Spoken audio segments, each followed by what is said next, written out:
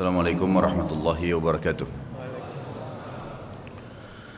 Alhamdulillah, selalu kita ucapkan kalimat mulia ini dari lisan kita kepada zat yang paling layak untuk disembah, dihormati, ditunduki, karena memang dialah satu-satunya pencipta semua yang di langit, semua yang di bumi, semua yang dapat kita lihat dan tidak kita lihat. Dia zat yang maha adil, maha bijaksana, maha kuat, maha segala-galanya, dan dia zat yang telah menggantungkan segala nikmat yang dia berikan kepada kita dengan kalimat mulia Alhamdulillah. Maka sangat wajar kalau selalu lisan kita terbasahkan dengan kalimat mulia ini. Juga kita panjatkan salam hormat kita kepada manusia terbaik, pimpinan para nabi dan rasul, orang yang paling sempurna dari sisi akhlak, fisik, dan juga jalur nasabnya. Manusia yang telah dipilih oleh Sang Pencipta sebagai penutup para nabi dan rasulnya, Nabi Muhammad sallallahu alaihi wasallam, sebagaimana Allah Sang Pencipta dan malaikatnya telah memberikan salam hormat kepada beliau. Teman-teman sekalian, kalau seseorang di antara kita memiliki hubungan dengan orang lain, sosok manusia punya hubungan dengan manusia yang lain, dan manusia ini kebetulan yang menjadi teman dekatnya atau yang dia jalin hubungan dengannya adalah orang yang memiliki kedudukan, jabatan, punya kekayaan, kesempurnaan fisik, orangnya cerdas, baik, apalah segala macam sifat yang kira-kira kita banggakan dari seorang teman ada padanya. Setiap kali kita ada masalah, dia selalu hadir dalam kehidupan. Setiap kali kita sedang melakukan satu perbuatan baik, dukungannya harus selalu ada bersama kita. Kira-kira bagaimana kita merasakan ketentraman jiwa pada orang ini? Saya yakin kita sepakat bahwasanya kita akan sangat tentram dengan orang ini. Rasanya kalau tidak ngobrol sehari saja sama dia, rugi. Nyaman rasanya kalau mendengar suaranya, karena setiap hari kalau kita telepon selalu dengan sambutan meriah, selalu dengan motivasi positif. Apapun yang kita ingin keluhkan selalu dijadikan sebagai amanah, tidak pernah dibongkar kepada orang lain. Apa saja yang kita butuhkan selalu orang ini hadir, dan ini biasa kita namakan dengan sahabat setia. Saya yakin kita sepakat teman-teman sekalian, kita sangat senang dengan orang ini. Bahkan mungkin semua file rahasia kita berikan kepada dia. Ini pembukaan ceramah kita sebenarnya. Judul kita teman-teman sekalian, indahnya menjalin hubungan dengan Sang Pencipta Allah. Kalau seandainya kita bisa merasa tentram dengan manusia yang kayak tadi saya berikan ciri-cirinya, dan itu ada, bukan tidak ada dari manusia yang seperti ini, kita bisa merasa tentram. Padahal pada saat kita minta nasihat, dia cuma bisa mengucapkan kata-kata. Mungkin pada saat kita butuh bantuan materi, dia hanya bisa memberikan semampunya. Pada saat mungkin kita berbuat kebaikan, dia hanya bisa support semampunya. Manusia banyak lupa dengan hal yang besar, dan mereka melihat hal yang kecil. Seringkali yang saya kasih contoh di dalam materi-materi sebelumnya, kita kadang-kadang kagum dengan pelukis yang melukis dengan lukisan kecil, yang dia mengambil lukisan dari sesuatu yang kita lihat depan mata kita, dan kita bangga dengan lukisan dia karena persis seperti apa yang kita lihat. Padahal manusia itu hanya menciplak saja, dan lukisan manusia tidak pernah bisa bergerak. Tapi lukisan Sang Pencipta, kalau seorang pelukis bisa melukis pohon kelapa dan kita kagum karena warnanya persis seperti itu, tidak bisa bergerak. Dia hanya sekedar bisa membuat kita kagum kalau melihatnya dan mengenang pada saat dia melukisnya. Tapi lukisan Sang Pencipta, saudaraku, bergerak daunnya, buahnya bisa diincipi rasanya, bisa dilihat, lautannya bisa bergerak, manusianya bisa bergerak. Berapa juta spesies hewan yang kita bisa lihat dengan beragam macam warna kulitnya di depan mata kita. Ini harimau, yang itu singa, yang ini serigala, yang itu ular, yang ini kuda, yang sana jerapah, yang sini gajah, dan segala macam hal. Bagaimana bisa manusia tidak bisa melihat keajaiban Pencipta, Sang Pencipta yang maha luar biasa ini, dan dia kagum dengan hal-hal yang kecil. Kita bangga dengan teman kita yang meminjamkan rumah sehari atau 2 hari. Bahkan pada saat kita dipinjamkan rumah, segala fasilitas diberikan oleh dia. Kulkasnya penuh, segala macam apa yang kita butuhkan penuh, ya, dipenuhi. Panel listrik tinggal dipencet, kemudian nyala semuanya. Remote AC tinggal dipencet, kemudian nyala semuanya. Lalu kita kagum dengan orang itu. Itu tidak salah, manusiawi. Tapi yang salah adalah Anda tidak bisa menilai panel-panel listrik yang besar. Teman-teman sekalian, bukankah ada matahari yang terbit setiap hari tanpa kita memencet panel listriknya? Bagaimana misalnya kita bangga dengan panel listrik yang kecil dan kita lupakan listrik yang luar biasa, yang tampaknya tidak ada makhluk yang bisa hidup. Bagaimana kita lupa dengan hal yang besar seperti itu? Bagaimana caranya kita bangga dengan lukisan seseorang tadi dan kita lupa dengan di depan mata kita ribuan makhluk, jutaan, miliaran dari hewan-hewan, dari serangga dengan suaranya, dengan warnanya, dengan gerakannya. Manusia depan mata kita dengan beragam macam paras wajah, warna kulit. Lisan kita bisa mengucapkan kata-kata dengan beragam macam bahasa.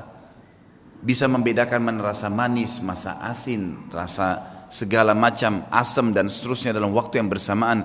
Hidung kita bisa membedakan mana bau wangi, mana bau busuk dalam waktu seketika. Kita lupakan sesuatu yang besar seperti itu dan kita bangga dengan hal yang kecil hanya karena teman kita menyemprotkan minyak wangi dan kita rasa wangi, hanya karena kebetulan kita lewat di sebuah tempat dan kita bisa mengatakan oh busuk bau ini, dan kita lupakan alat di hidung kita yang bisa membedakan bau wangi dan bau busuk seketika. Bagaimana bisa manusia lalai dengan hal yang besar dan mereka bangga dengan hal yang kecil, saudaraku? Dan inilah upaya syaitan laknatullahi alaihi untuk menjauhkan manusia dari penciptanya Allah subhanahu wa ta'ala. Allah zat yang maha pemurah, maha penyayang, menyebutkan dengan beragam macam sifat-sifatnya. Dan memang kita lihat depan mata kita. Pada saat Allah betul-betul mengatakan alhamdulillahi rabbil alamin, segala puji bagi Allah Tuhan alam semesta. Memang semuanya memang dia yang ciptakan. Semuanya yang kita lihat dan kita lihat memang dia yang ciptakan. Dia pemilik alam semesta ini. Kemudian Ar-Rahmanir Rahim yang maha pengasih dan maha penyayang. Memang benar-benar dia maha pengasih dan penyayang. Fir'aun yang jelas-jelas mengaku sebagai Tuhan, membantah Musa alaihissalam, kufur kepada Allah dan mengatakan kepada Haman, ya Haman ibni li sarha la'alli attalu ila ilahi Musa wa inni la'adhunnuhu kadhiba. Wahai Haman, buatin saya menara supaya saya bisa naik dan saya mau lihat Tuhannya Musa itu. Pencipta dia juga. Dia tantang seperti itu. Mungkin saya bisa lihat Tuhannya Musa dan saya pasti yakin Musa itu pendusta. Tapi apa perintah Allah kepada Musa dan Harun alaihi wassalam? Idhaba ila fir'auna wa qula lahu qawlan layyina. Pergi ke Fir'aun tuh. Hai Musa dan Harun, ucapkan kalimat yang santun. La'allahu yatadzakkar aw yakhsha. Siapa tahu dia mau sadar. Karena dia tidak ngerti nih. Dia enggak tahu itu. Allah subhanahu wa ta'ala dengan kasih sayang yang luar biasa sampai seorang pencuri pun kalau ketangkap, kepergok dan dikeroyoki oleh masyarakat, teman-teman sekalian, itu juga bentuk kasih sayang Allah kepada dia. Demi Allah, kalau Allah enggak sayang sama dia, Allah biarkan dia dengan kesalahannya, maka di depan mata dia ada lubang api neraka yang akan membakar dia. Allah sudah ingatkan sebelum dia mencuri, sebelum dia kepergok, ada rasa takut, rasa khawatir, kemudian mungkin ketangkap sekali, tapi tetap dia ngotot. Bagaimana caranya Allah berhentikan? Didatangkan sebuah masalah yang berat buat dia supaya dia kapok. Kalau Allah biarkan dia tidak kebongkar, bayangkan berapa banyak kerusakan yang akan dibuat oleh orang ini. Dan Allah tahu dengan kemahamurahannya dan kasih sayangnya, hamba ini nggak ngerti, bodoh nih. Dia akan jatuhkan dirinya pada neraka yang dia sulit untuk selamat pada saat itu. Lebih baik sekarang kamu digebukin dan kamu akan tahu bahwasanya itu adalah berbahaya buat kamu kalau kamu lanjutin. Ibnu Qayyim rahimahullah, seorang alim ulama yang mengenal Tuhannya dan tahu bagaimana menjalin hubungan dengan Allah, berkata, Allah itu, kata beliau, kalau saya memberikan penjelasannya tidak disamakan dengan makhluk, tapi contoh beliau datangkan. Seperti seorang anak yang sedang minta tolong pada orang tuanya, kemudian orang tuanya belum memberikan kepada si anak tadi. Kenapa tidak diberikan? Karena ternyata si anak ini mau keluar dan bergaul dengan temannya yang buruk. Kalau anda semua di sini membayangkan memiliki seorang anak masih baru SMP, masih baru balik, kemudian tiba-tiba ada temannya ugal-ugalan, jelas narkotika, jahat orangnya, kemudian mengajak teman kita, anak kita dan menggodahnya untuk supaya keluar bersama dia di malam minggu misalnya, jelas mau ke tempat-tempat yang salah. Dan Anda sebagai orang tua, kira-kira kita izinkan tidak? Tidak bakal diizinkan. Kalau orang tua yang berakal, dia tidak mengatakan tidak nak, tidak bisa. Ayah, ibu tolong izinkan saya, jangan. Ayah, ibu tahu, kenapa kita melarangnya? Karena kita tahu anak ini tidak mengerti. Enggak kok, saya bisa jaga diri. Enggak mungkin kok bisa jaga diri nak.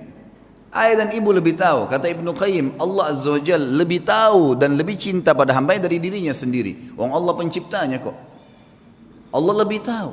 Sampai kalau saking bentuk kasih sayangnya Allah, sampai keluarnya kotoran, maaf, dari dubur dan kemaluan Anda, itu bentuk kasih sayang Allah. Bayangkan kalau Allah enggak keluarin tuh bekas-bekas makanan.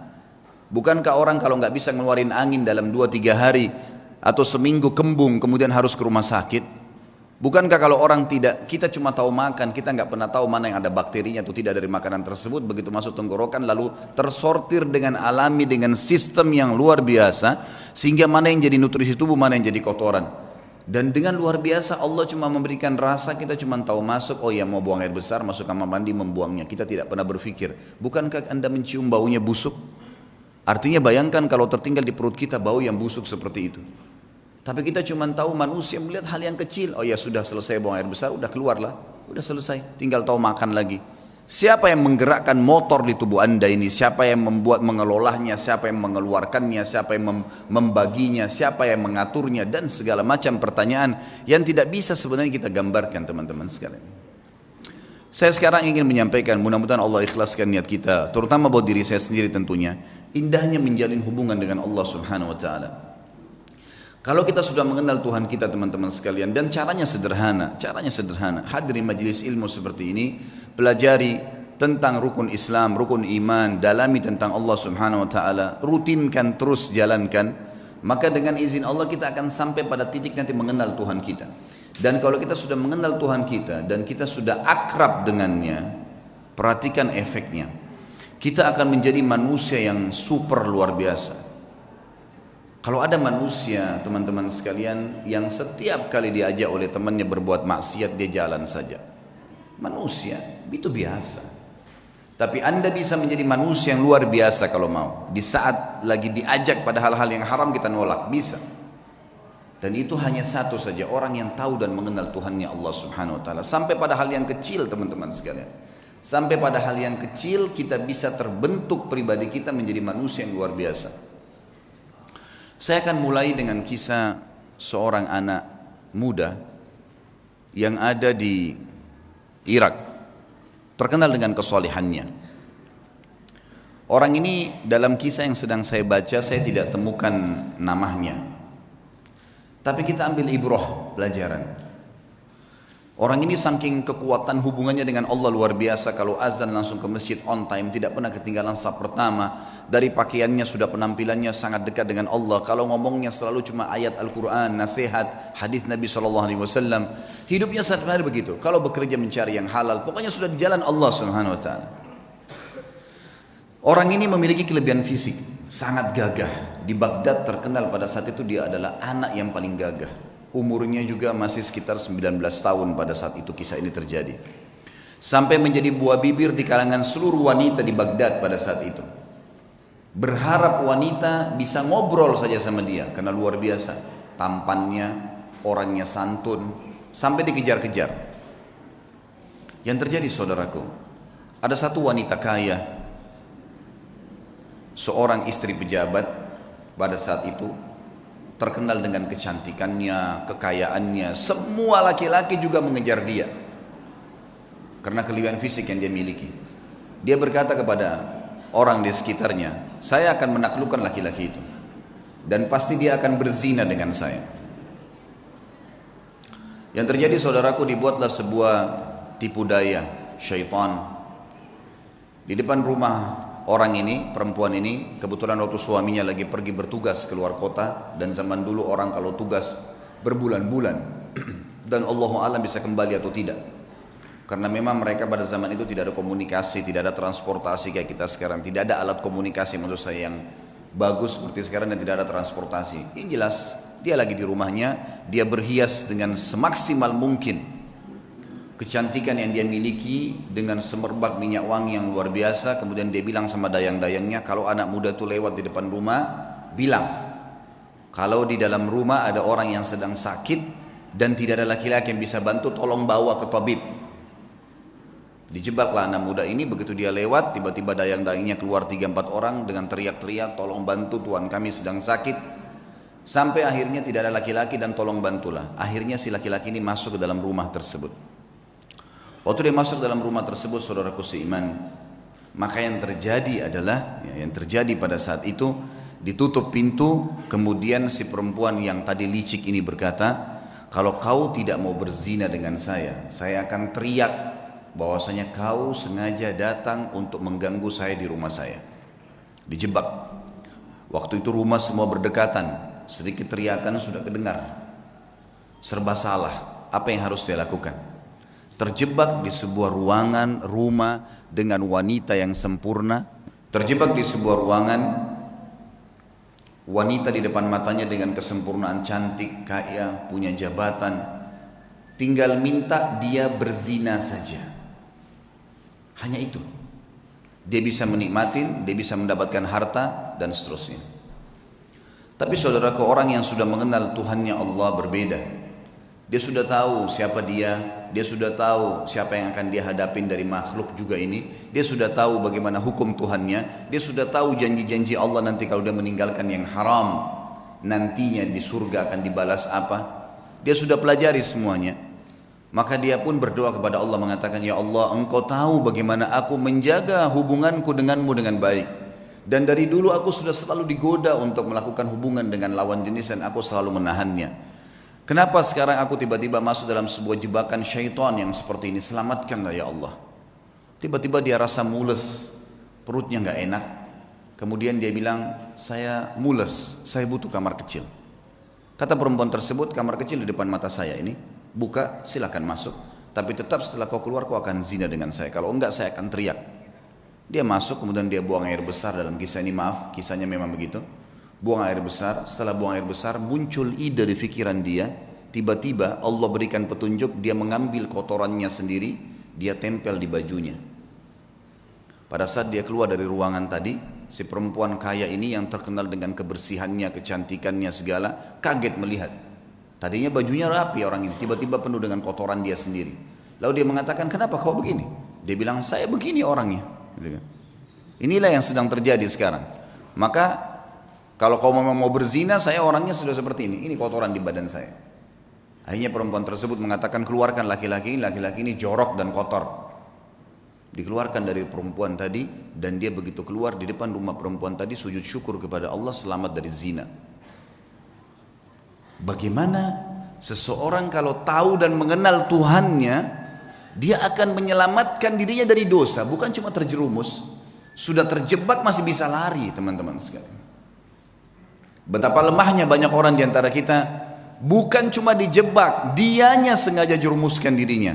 Padahal sabda Nabi SAW jelas dalam hadis Bukhari, kalau seseorang hamba berbuat dosa, satu dosa kecil, tertetes di dalam hatinya titik warna hitam, kelam. Kata ulama hadis begini, maksudnya apa tetesan hitam itu?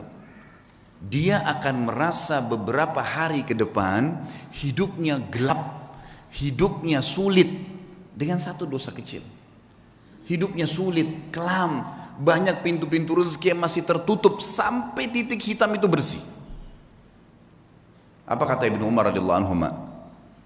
Aku mengetahui beratnya dosa kecil yang aku lakukan. Akar dzam, dosa yang paling kecil. Mungkin kita cuma melihat sesuatu yang biasa, mungkin cuma sekedar dengar sesuatu yang tidak disengaja. Saya tahu Allah mengharamkan saya sholat berjamaah subuh di masjid sebulan. Terharamkan dari ibadah gara-gara dosa yang paling kecil bagi dia. Sampai saya kadang-kadang teman-teman sekalian kalau menyimak kisah orang-orang saleh ini menganggap diri kita luar biasa kecil. Saya pernah diajak sama istri saya ke satu tempat, butuh sekali harus masuk di mall. Lalu kemudian saya ambil headset handphone saya pasang di kuping. Sambil saya dengarkan ceramah saya sendiri atau saya dengarkan tilawah. Waktu itu tiba-tiba terlintas di benak saya seperti itu. Sebelumnya subhanallah saya nggak pernah terfikir. Kalau saya masuk ada musik saya pikir ini adalah hal yang biasa. Bukan saya yang putar kok gitu kan. Tapi setelah saya simak kisah-kisah orang soleh ini dan saya fahami makna hadis tadi yang saya sebutkan. Ternyata titik noda hitam di dalam hati dari dosa itu walaupun kecil sudah cukup mengharamkan kita dari nikmatnya ibadah yang luar biasa gitu kan. Sampai saya pasang headset tersebut saya putar. Saya belum menasihatin istri saya karena saya sendiri juga masih saya sendiri masih butuh itu. Sambil jalan, kemudian setelah saya belanja kami keluar dari mall lalu dia tanya, "Kenapa tadi pakai headset?"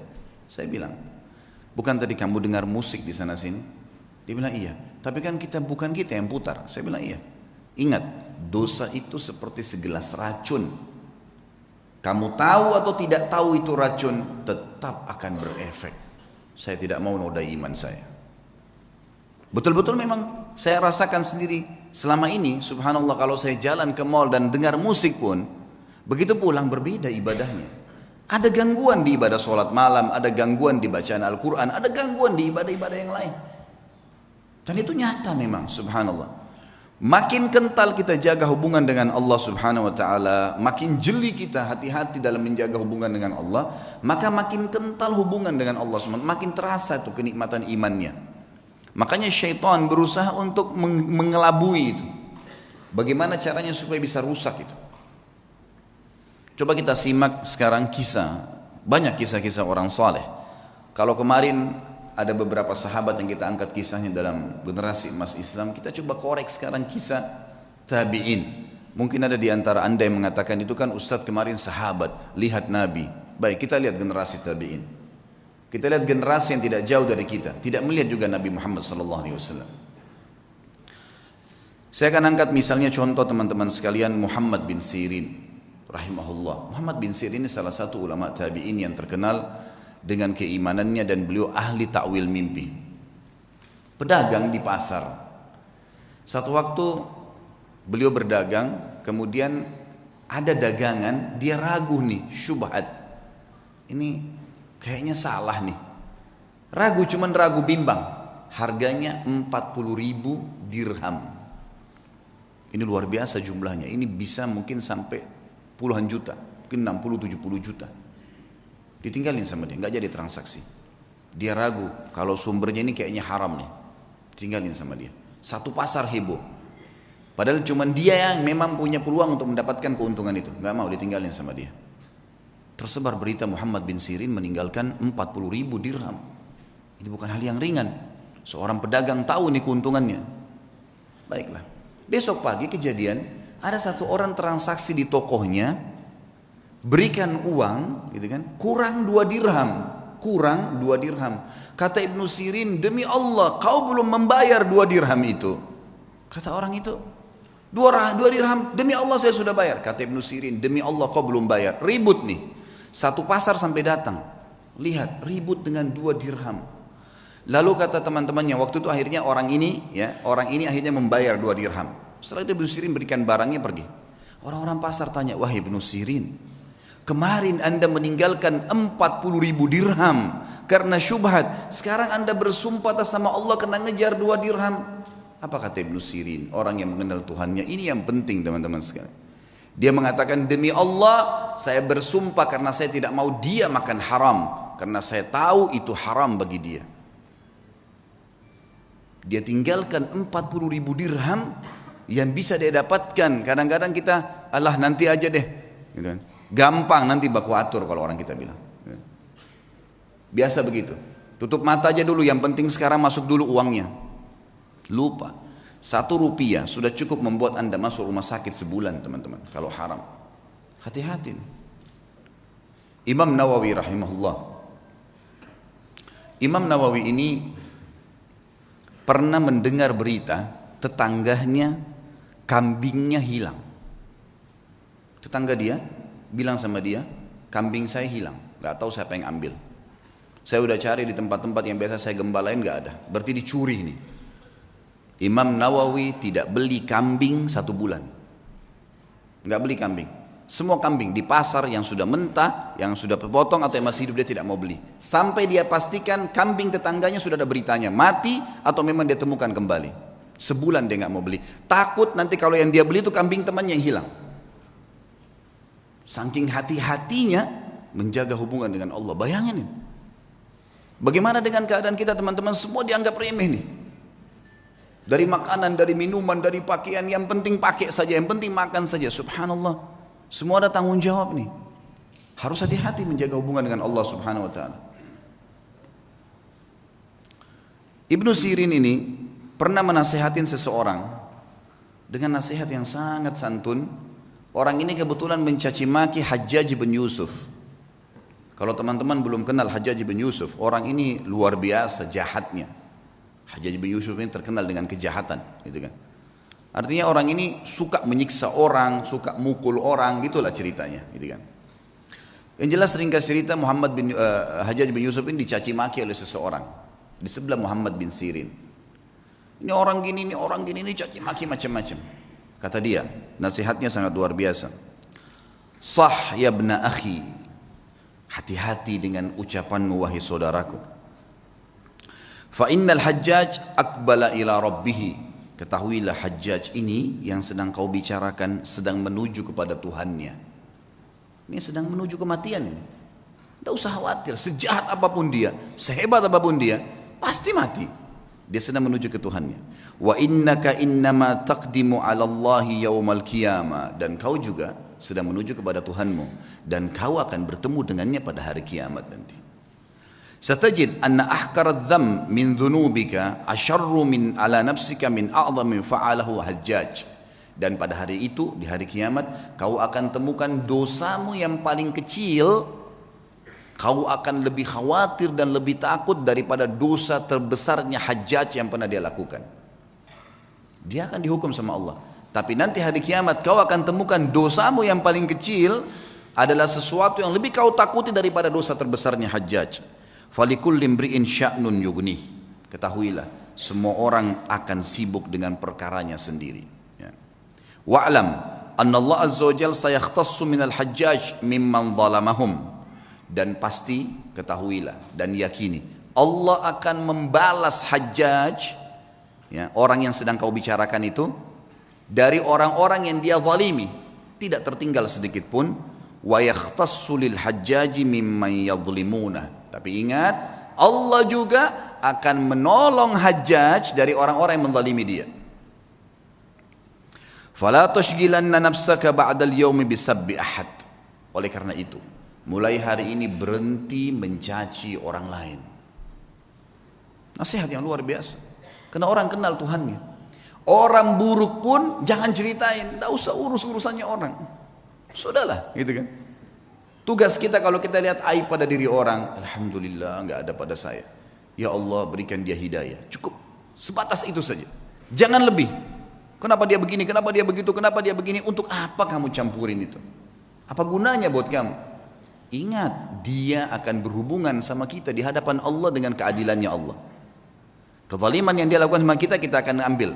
Tapi kezaliman kita pada dia juga dia akan ambil. Gak ada yang tersembunyi hari kiamat. Kisah yang lain, Muhammad bin Sirin, saya akan sebutkan beberapa figur. Muhammad bin Sirin ada 3 kisah yang saya angkat. Tadi kisah kedua, kisah ketiga teman-teman sekalian. Muhammad bin Sirin ini pernah membeli madu. Madu ini kebetulan dibeli 1 gentong besar. Kalau gentong di zaman dulu itu mungkin ya bisa menampung sekitar 200 kilo madu. Sampai 250 kilo madu. Waktu dia beli, dia taruh di gentong, rupanya malam hari atau dia tidur, dia lupa tutup gentong itu. Masuk tikus. Tikus ini masuk ke madu. Dan ini madu diambil karena jumlahnya banyak, jatuh tempo. Muhammad bin Sirin rahimahullah lupa tutup, masuk tikus. Tikusnya waktu dia bangun pagi, dilihat mati di madu itu, nggak bisa keluar, melengket, mati. Muhammad bin Sirin rahimahullah mengambil madu itu semuanya dibuang. Dibuang, sengaja cari sungai, dibuang. Dia bukan buang biasa, dibuang di sungai supaya mengalir gitu. Orang-orang semua datangin, wahai Muhammad bin Sirin, tinggal kamu angkat tikusnya, yang lainnya jual. Kenapa kok harus semuanya dibuang? Apa jawaban dia? Demi Allah saudaraku, aku tidak tahu tetesan mana madu yang kena bakteri, yang kena kotorannya, najisnya tikus itu, sehingga saya jual pada seseorang dan saya menipunya gitu. Maka saya lebih baik rugi semuanya daripada saya dihisab sama Allah hari kiamat. Luar biasa imannya. Dibuang, dialirkan semua. Kisahnya berlanjut, subhanallah. Pemilik madu datang nagih. Beberapa waktu kemudian, wahai Ibnu Sirin, tagihannya. Kata Ibnu Sirin, saya belum punya uang. Kata dia, baiklah, bagaimana jalan keluarnya? Ibnu Sirin bilang, kasih saya waktu, beberapa waktu saya akan bayar. Baiklah, dikasih waktu. Berjalan waktu, sama Ibnu Sirin dengan hikmah Allah belum punya duit. Orang ini hanya mengeluh kepada hakim.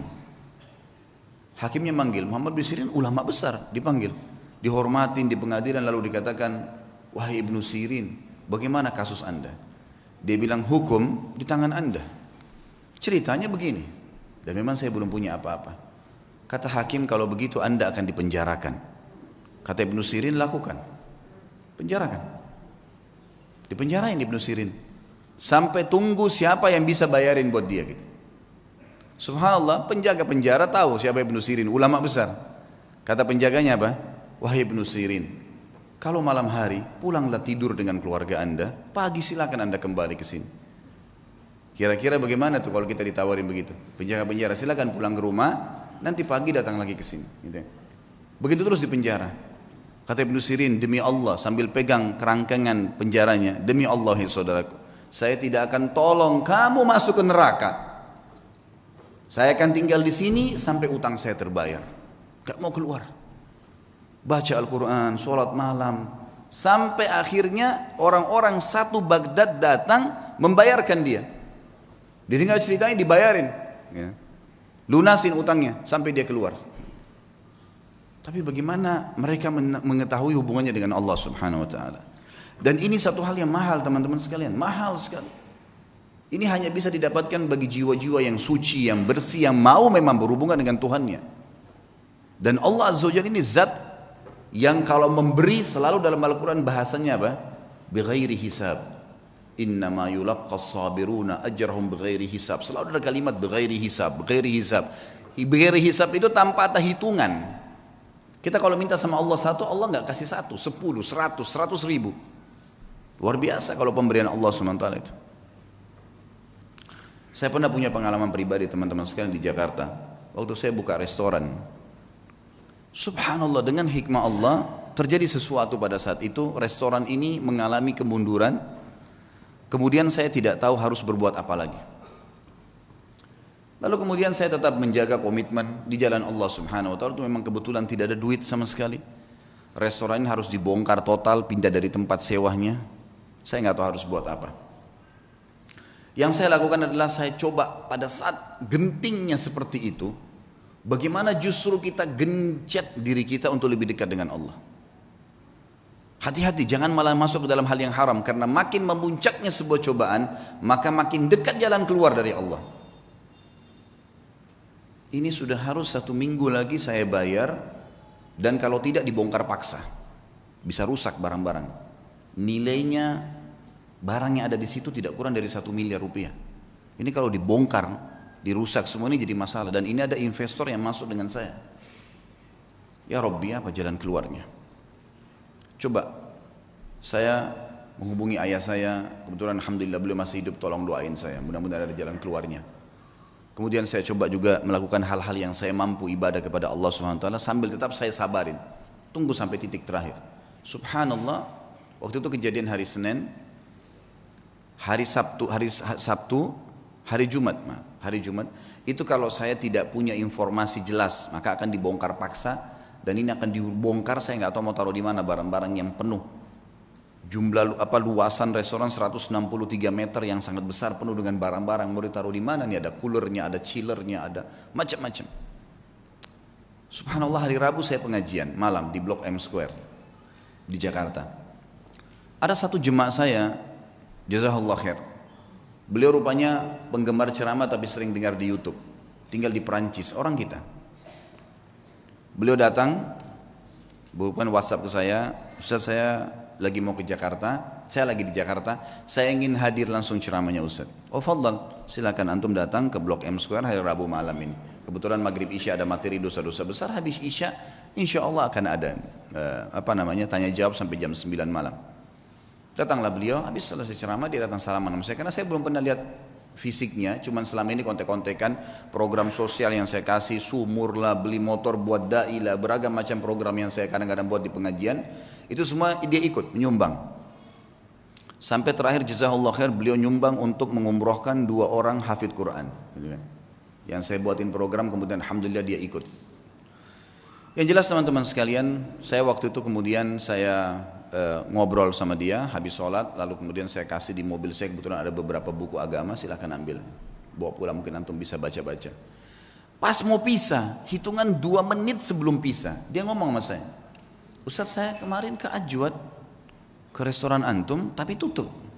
Oh iya akhi, udah tutup itu, mungkin sekitar sebulan sekalian tutup, dan memang keadaannya sekarang kayaknya udah nggak bisa saya lanjutin sewanya karena terlalu mahal. Dan ini insya Allah akan mungkin dibongkar, dalam 1-2 hari ini sudah akan dibongkar. Mungkin memang tidak bisa buka lagi. Loh kenapa Ustaz masalahnya? Saya ceritain sepintas. Karena sewa ini harus bayar per bulan sekian, jadi saya tidak bisa menjalankan lagi. Tapi memang nilainya restoran sekian, mungkin saya akan buka. Saya sudah coba tawarkan saham ke beberapa jemaah, memang belum ada jalan keluar. Emang sahamnya berapa Ustaz? Sahamnya sekian saya bilang. Ada nilai yang saya sebutin tentunya tidak layak saya sebutin dalam pengajian. Kemudian dia bilang sama saya, kenapa Ustadz baru bilang? Saya sebenarnya baru kemarin ikut investasi di satu perusahaan yang saya inginin. Baik Ustadz, berikan saya waktu, malam ini saya bicara sama istri, siapa tahu ada jalan keluar. Fadhal, silahkan. Saya pulang ke rumah, kemudian saya setelah mandi segala, mungkin sekitar jam 10 malam saya dihubungin sama beliau. Ustadz saya sudah musyawarah sama istri, kayaknya saya akan ikut sama antum nih, investasi. Restoran itu kita bongkar, pindah dari satu tempat, kita sewa, kita pindah semua. Tiba-tiba, ini orang datang dari Prancis, Allah utus datang ke saya ke Jakarta, kemudian kasih jalan keluar. Dan teman-teman kalau saya sebutin nilainya, dia kasih uang ke saya cash 650 juta. Saya sampai gak bisa tahan, waktu itu nangis, sujud-sujud sama Allah, ini jalan keluar bagaimana ini? Saya langsung datang ke mallnya, waktu itu saya bahasakan ini saya mau buka kembali, dia bilang udah nggak bisa Pak, harus bongkar. Baiklah, berikan saya waktu, saya sudah punya anggaran, saya sewa. Besoknya saya keliling, subhanallah, saya longin waktu, tidak ada saya kosongin pengajian, saya dapat tempat kontrakan baru, ada tempat lebih besar, saya bisa bayar, pindah semua dengan mudahnya. Dalam 2 minggu setelah itu sudah pindah semua, alhamdulillah, dan sekarang berjalan sudah hampir 2 tahun. Sabar sedikit dalam ketaatan. Dan Allah Azza wa Jal ada bersama kita teman-teman sekalian. Innallaha ma'alladzina taqaw walladzina hum muhsinun. Allah sudah katakan, Allah akan selalu bersama dengan orang yang beriman dan orang yang berbuat baik. Ini enggak, kadang-kadang orang sudah dalam keadaan genting, susah, maksiat lagi. Tambah kebar, tambah mabuk, tambah berzina, menambah menumpuk-numpuk masalahnya.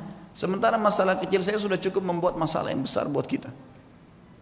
Maka harus sabar, yakin dengan Allah Subhanahu wa ta'ala. Kita dengarkan kisah Asy-Syu'bi. Syu'bi terkenal seorang ulama tabi'in, nama lainnya Amir bin Syurahbil rahimahullah. Beliau pernah menjadi penasehat khalifah. Penasehat khalifah ini zaman dulu kelebihan khalifah-khalifah Islam kita, itu mereka menjadikan penasehat-penasehatnya selalu ulama. Sehingga memang terkontrol terus, terawasi. Ini boleh nggak? Nggak boleh. Ini boleh nggak? Boleh. Kita lihat kalau kisah sukses pemimpin kita selalu di sebelahnya ada alim ulama. Kalau yang jauh dari ulama pasti udah kacau semua tuh, gitu kan. Maaf saya tidak singgung siapapun tentunya, tapi saya membahasakan ini umumnya, histori. Kalau kita lihat coba baca deh, suksesnya pemimpin-pemimpin khalifah-khalifah kita, gitu kan. Itu semua di sebelahnya memang ada penasehat para ulama. Waktu Abu Bakar menjadi khalifah, penasehatnya Umar bin Khattab. Waktu Umar bin Khattab jadi khalifah, Ali bin Abi Thalib dan Uthman menjadi penasihatnya. Waktu Uthman bin Affan, Abdurrahman yang menjadi penasihatnya Ali bin Abi Thalib dan dan Sa'ad bin Abi Waqqas. Terus begitu, mereka saling minta orang-orang di sebelahnya jadi penasihat. Subhanallah, khalifah ini sangat terkenal dengan kesolehannya. Abdul Malik bin Marwan namanya. Saleh dia jadikan penasihatnya Syu'bi. Syu'bi seorang ulama yang terkenal, ulama hadis, ulama fikih dan seterusnya. Pernah satu waktu khalifah ini menahan sebagian orang, tapi belum jelas. Orang ini salah atau enggak, penjarain dulu deh, gitu kan. Dipenjarain dulu untuk memastikan orang ini salah atau tidak. Gitu.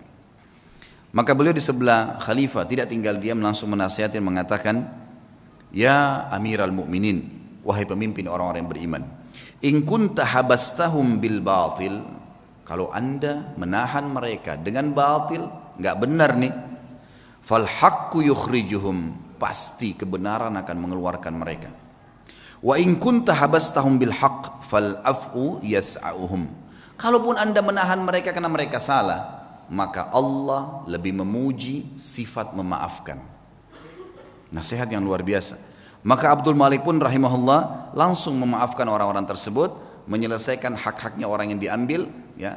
Betul-betul kebutuhan pada saat itu bukan hal mencuri, bukan hal yang apa ya, hal-hal yang masih bisa ditoleransi, karena memang ada perseruan yang akhirnya masih bisa ditoleransi. Akhirnya dimaafkan oleh Abdul Malik, tapi posisi di sini Syu'bi menasihatinya. Pernah satu waktu Syu'bi ini diutus oleh Abdul Malik bin Marwan menuju ke Kaisar Romawi. Kisah yang kedua tentunya. Pada saat dia pergi ke Kaisar Romawi, teman-teman sekalian, pas tiba di sana, Kaisar Romawi heran dengan kecerdasan Syu'bi. Dengan 2 hari di sana Romawi, dia sudah bisa tahu berapa jumlah kamar, bangunan ini dari apa komposisinya, tamannya seluas apa, banyak hal yang aneh-aneh yang ditahu oleh Syu'bi dalam 2 hari di istananya gitu.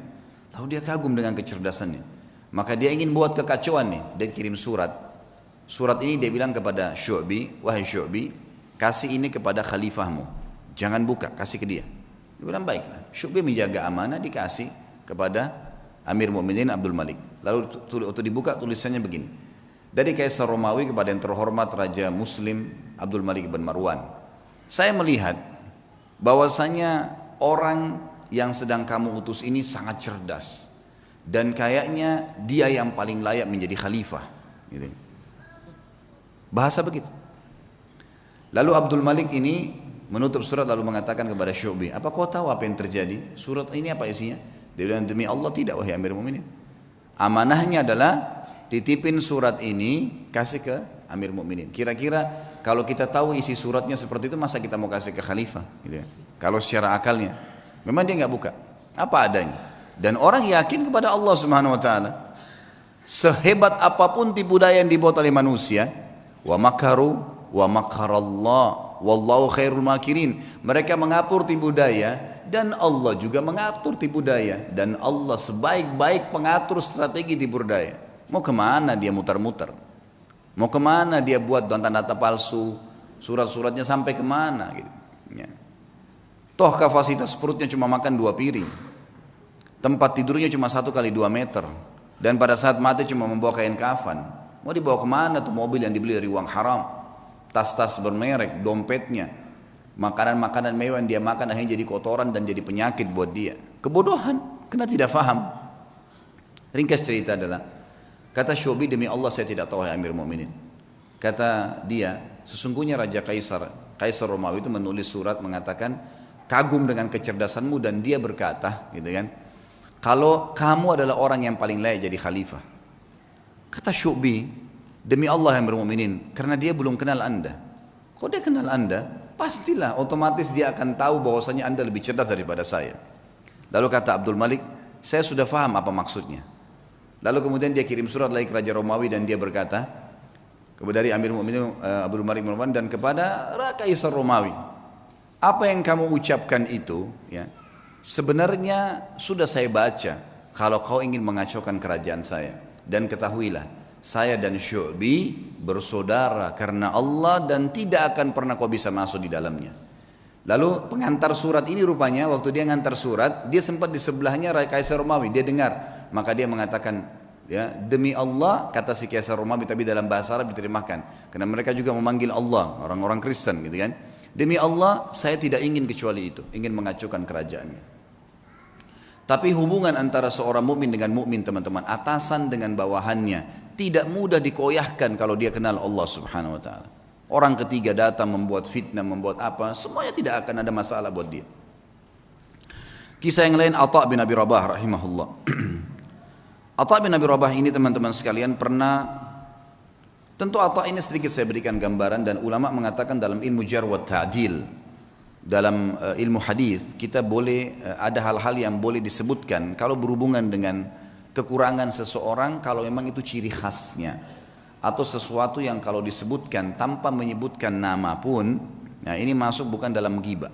Yang jelas ulama menyebutkan ciri fisik di sini, seperti mereka menyebutkan Nabi SAW jarbu, tidak tinggi tidak pendek, itu bukan aib. Atha bin Abi Rabah ini seorang budak hitam, kulit hitam, disebutkan dalam buku-buku tentang penjelasan biodata beliau, orangnya kurus, kaki kanannya pincang, mata kanannya rusak. Fisiknya sangat kurang, rahimahullah. Tapi waktu Atha bin Abi Rabah menjadi ulama, khalifah waktu itu Sulaiman bin Abdul Malik, adiknya tadi Abdul Malik bin Marwan itu, anaknya Abdul Malik bin Marwan, waktu sudah meninggal ayahnya dia jadi khalifah. Sulaiman bin Abdul Malik ini orangnya baik, khalifah dan suka dengan alim ulama. Dia mengeluarkan peraturan kalau tidak boleh mengeluarkan fatwa di musim haji kecuali Atha bin Abi Rabah. Orang alim ulama. Karena ini dalam haji tidak boleh sembarangan nih. Sampai Atha bin Abi Rabah dapat julukan ya alimnya ulama, gurunya para ulama. Ulama-ulama pun kalau datang di Mekah banyak meminta nasihat dari beliau.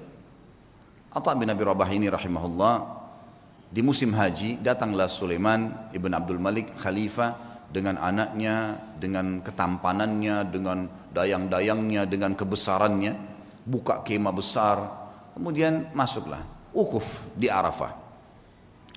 Sementara wukuf, Sulaiman mengatakan, di mana sahibuk, aina sahibukum, mana nih teman kalian nih? Biasanya kalau bahasa sahibukum ini santun dari khalifah untuk mufti, ya, untuk muftinya. Atha bin Abi Rabah ini ada di mana? Kata mereka Amirul Mukminin lagi di kemahnya, lagi menunggu orang-orang yang lagi antri, lagi antri bertanya gitu. Dia bilang saya punya hajat, saya ingin datang ke sana. Baiklah, Sulaiman datang. Sulaiman ini dia menunjuk si, ya, Atha bin Abi Rabah jadi mufti, dia yang memberikan gaji, gitu kan, pemimpinnya lah. Ya. Dan waktu itu khalifah. Dan perlu diketahui Sulaiman bin Abdul Malik di zamannya ini khilafah Umayyah jadi luas sekali, luar biasa, gitu kan. Kuasanya sangat luas karena ayahnya juga punya kekuatan militer yang besar. Ringkas cerita dia pun datang dan dia seorang saleh. Begitu dia masuk ke kemahnya Atha bin Abi Rabah, disambut oleh Atha bin Abi Rabah, pelukan, ngobrol, saling menyebutkan kata-kata yang santun satu sama lain sebagaimana adab seorang muslim. Setelah itu Atha bin Abi Rabah bertanya, "Wahai Amir Mukminin, kenapa Anda datang ke sini?" Kata dia, "Saya punya hajat, ada pertanyaan yang saya mau tanya."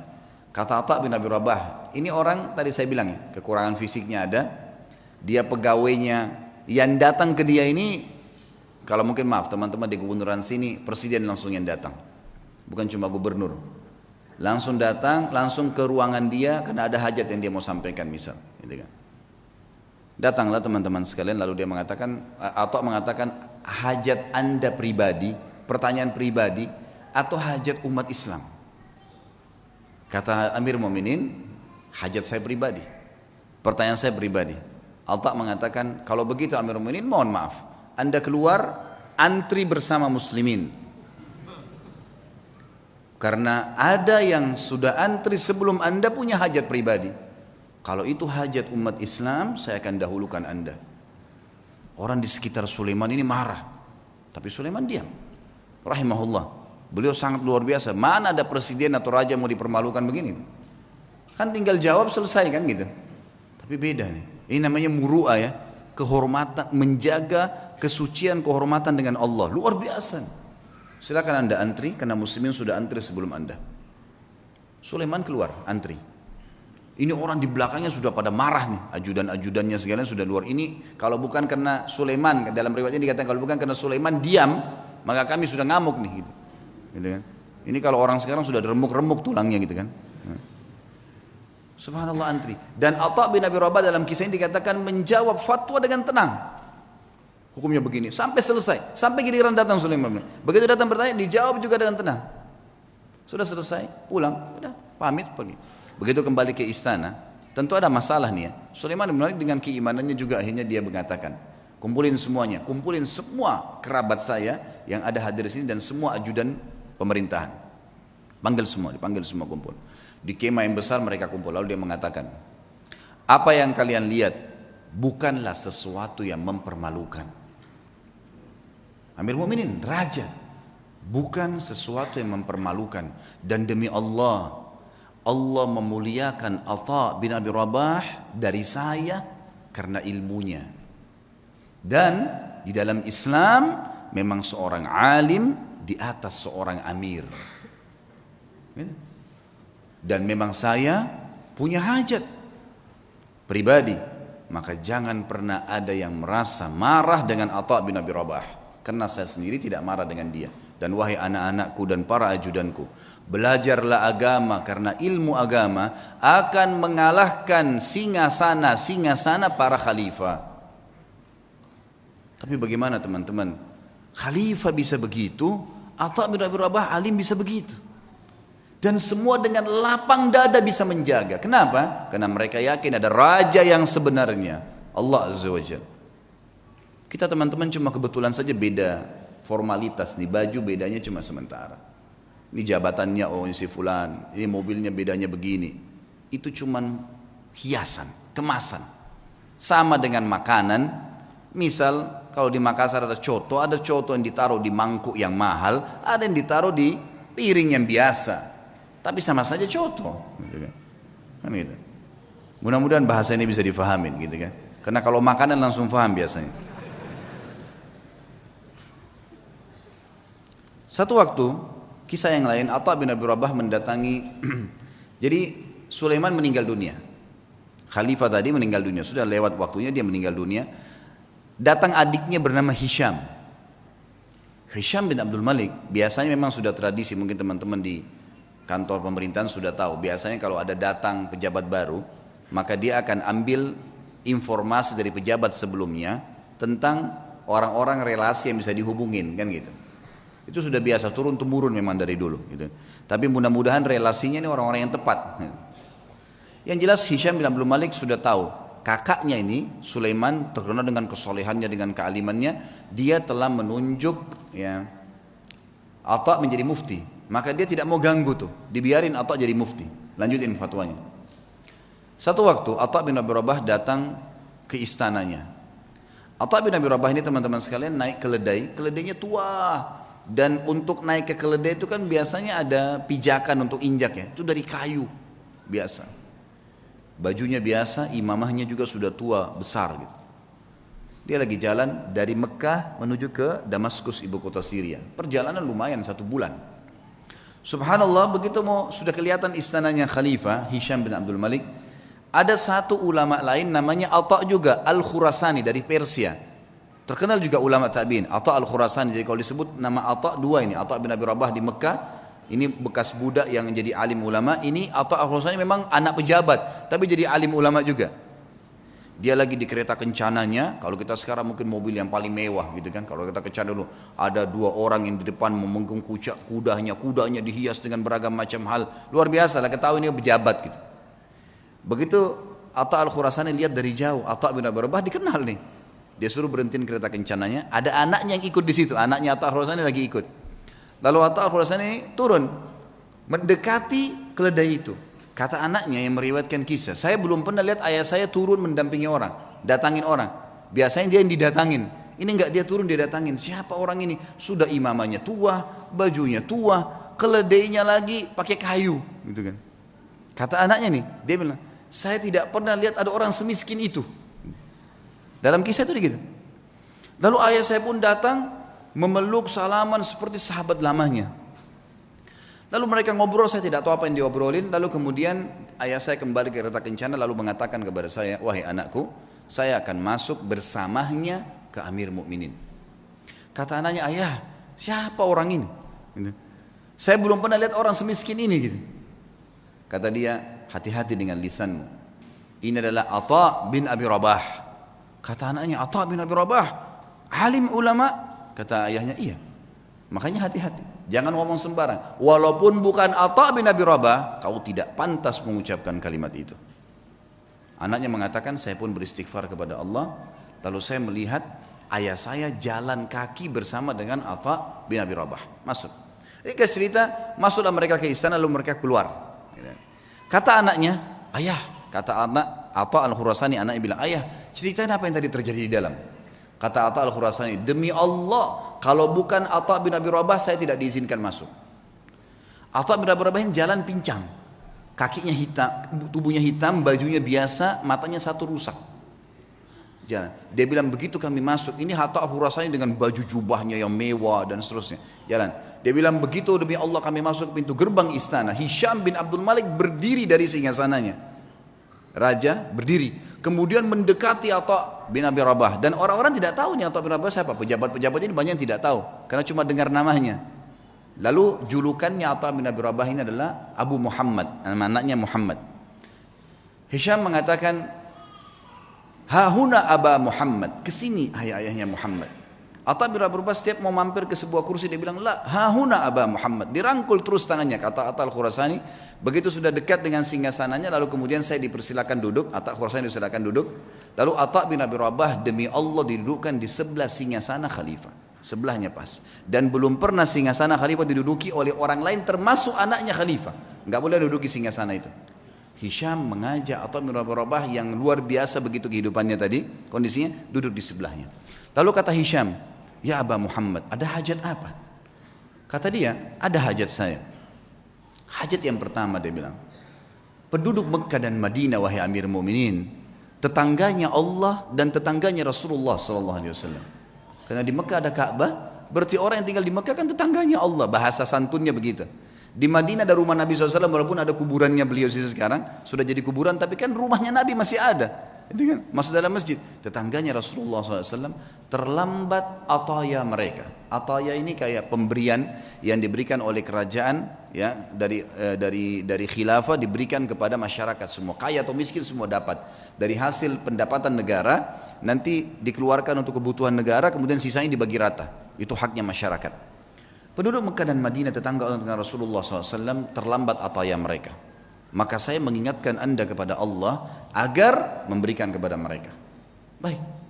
Kata Hisham, "Ya gulam," sekretaris datang, "catat dan berikan sekarang juga." Ada lagi ayahnya Muhammad, ada lagi. Para mujahidin yang membela perbatasan kaum muslimin, mereka ribat setiap hari. Terlambat gaji-gaji mereka. Ada istri dan anak mereka mengeluh dengan saya. Maka berikan hak mereka. Ya gulam, catat, segera jalankan pesannya Aba Muhammad. Ada lagi hayanya Muhammad, terus aja Atha menyampaikan hajat muslimin. Gak ada hajat dia pribadi nih, hajat begini, hajat begitu. Ringkasnya adalah terakhir, sudah 5 hajat, 6 hajat disampaikan. Kata Amir Mu'minin, "Masih adakah hayah Muhammad?" Kata Atha Al-Khurasani, "Demi Allah," Atha bin Abi Rabah berdiri dengan tegak di depan Amir Mu'minin, lalu mengatakan kalimat yang membuat istana itu kalau mau goncang bisa goncang. Dia mengatakan apa? "Wahai Amir Mu'minin, ada hajat yang lebih penting dari semua yang saya sampaikan tadi."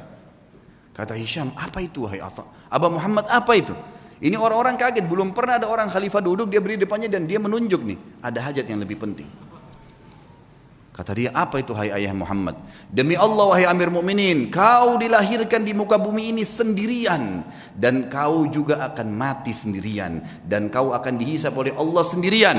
Demi Allah, semua yang kau lihat di sekitarmu ini tidak bermanfaat buat kamu, maka bertakwalah dengan Allah."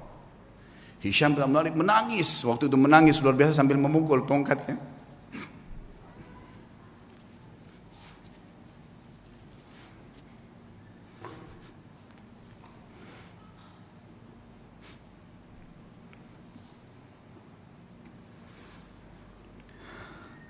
Nah, Hisham bin Malik akhirnya memukul tongkatnya sambil menangis, teman-teman sekalian. Lalu mengatakan, "Jazakallahu khairan," semoga Allah balas anda dengan kebaikan. Gitu. Setelah itu kemudian kata Atha Al-Khurasani, "Kami pun keluar. Dan demi Allah Atha bin Abi Rabah tidak minum segelas air pun dari Amir Mu'minin. Tidak minum segelas air pun. Dan waktu kami tiba di pintu gerbang, maka dikejar oleh seorang sekretaris untuk memberikan dia sekantong uang emas. Maka Atha mengatakan, "Demi Allah saya datang bukan untuk ini." Kemudian ditinggalkan. Lalu kemudian Atha bin Abi Rabah pulang, teman-teman sekalian, hanya untuk nasihat di khalifah untuk hajat muslimin, dan tidak ada hajat dia sama sekali. Kata Atha Al-Khurasani sebagai penutup kisah, "Demi Allah kalau Atha bin Abi Rabah menyebutkan semua hajatnya, maka akan dipenuhi oleh Amir Mu'minin." Itulah kisah yang luar biasa dari seorang Atha bin Abi Rabah, yang luar biasa bagaimana menasihati khalifah dan karena Allah Subhanahu wa taala. Kisah yang lain Urwah bin Zubair rahimahullah. Urwah bin Zubair juga adalah salah satu orang yang sangat luar biasa, terkenal dengan kesolehannya. Urwah bin Zubair ini anaknya Zubair bin Awam. Zubair bin Awam adalah salah satu 10 orang yang dijamin masuk surga. Anaknya Urwah. Urwah bin Zubair ini pernah duduk bersama dengan teman-temannya. Ada Abdullah bin Zubair, saudaranya sendiri, ya, yang terkenal. Abdullah bin Zubair salah satu perawi hadis, ya, yang terkenal nanti sempat jadi khalifah beberapa saat. Kemudian ada Abdul Malik bin Marwan. Dan ada lagi satu adiknya Abdul Malik bin Marwan. Duduklah mereka di depan Ka'bah lagi ngobrol anak-anak muda ini. Kemudian mereka sambil berkata, cobalah kita saling, ya, memohon kepada Allah, berharap sesuatu yang paling dia harapkan di depan Ka'bah. Siapa tahu Allah kabulkan. Berkatalah Abdullah bin Zubair, saya berharap menjadi khalifah, menguasai Hijaz, Mekah dan Madinah. Lalu adiknya berkata, adiknya lagi, ya, yang satu mengatakan, saya mau menjadi penguasa Khurasan, wilayah Persia. Abdul Malik mengatakan, kalau itu angan-angan kalian, maka saya berharap menjadi khalifah muslimin secara umum, menguasai semua wilayah Islam. Tiga-tiganya sudah berangan-angan, lalu mereka kembali kepada Urwah. Wahai Urwah, kalau kamu bagaimana? Kata Urwah, semua yang kalian harapkan duniawi, berharap menjadi khalifah, berharap menguasai ini dan seterusnya. Kalau saya berharap menjadi seorang alim ulama muslimin, mengajarkan mereka tentang halal haramnya sang pencipta Allah, dan saya berharap balasan darinya. Maka selesailah, bubarlah mereka ini. Ternyata subhanallah, angan-angan itu dikabulkan oleh Allah. Abdullah bin Zubair sempat menjadi khalifah beberapa bulan, adiknya juga sempat menjadi gubernur di Khurasan. Abdul Malik setelah itu menjadi khalifah muslimin yang besar. Dan Urwah bin Zubair pun rahimahullah diterima oleh Allah menjadi alim ulama, sampai menjadi 7 ulamanya Madinah pada saat itu. Ringkas cerita, Urwah bin Zubair pernah diuji oleh Allah subhanahu wa ta'ala. Ujiannya berat. Orang-orang beriman ini ujiannya berat. Tapi subhanallah, iman itu dijadikan, ya, kalau begini memahami teman-teman, kalau ada ujian yang berat datang kepada antum, lihat orang yang lebih berat, misal masalah utang, terlilit utang, misal ada penyakit. Coba lihat orang yang lebih berat, karena ada orang yang lebih berat daripada kita, pastinya itu, tidak mungkin tidak. Dan juga teman-teman sekalian, bersangka baiklah dengan Allah. Kata Nabi SAW dalam sebuah hadis Bukhari, hadis Qudsi, kata Allah SWT, Ana inda dhanni abdi bi, saya sesuai dengan prasangkaan hambaku. Maka kita harus tahu teman-teman sekalian, kalau Allah sedang mencoba kita, berarti dengan cobaan tersebut Allah sedang mencintai kita. Karena kalau tidak sedang dicoba, kita akan jauh dari ibadah. Orang kalau datang cobaan itu, sebenarnya dia makin dekat dengan Allah. Dan umurnya makin pendek untuk menuju ke akhirat. Artinya makin pendek, tidak ada peluang untuk berbuat dosa lagi. Pendek dari sisi kemaksiatan, gitu kan. Dia tidak bisa berbuat dosa lagi karena tidak ada waktu.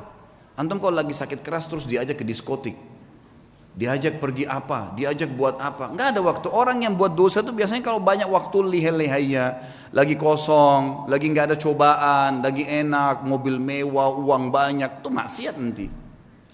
Allah dengan maha cintanya kepada hambanya, dengan kemahamurahannya mendatangkan cobaan supaya dia tetap begitu. Biarin dia begitu, karena dia Allah tahu dengan begitu makin pendek umur untuk bermaksiat, tidak ada waktu bermaksiat, dan dia makin dekat dengan akhirat, dan itu pahalanya sudah cukup untuk memberikan derajatnya di surga sampai pada target. Seperti itulah. Maka nikmatin tuh cobaan, jangan terlalu banyak mengeluh.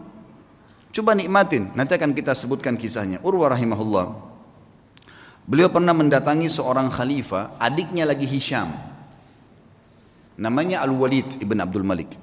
Al-Walid ibn Abdul Malik ini teman dekatnya dia, Jadi khalifah setelah kakaknya meninggal.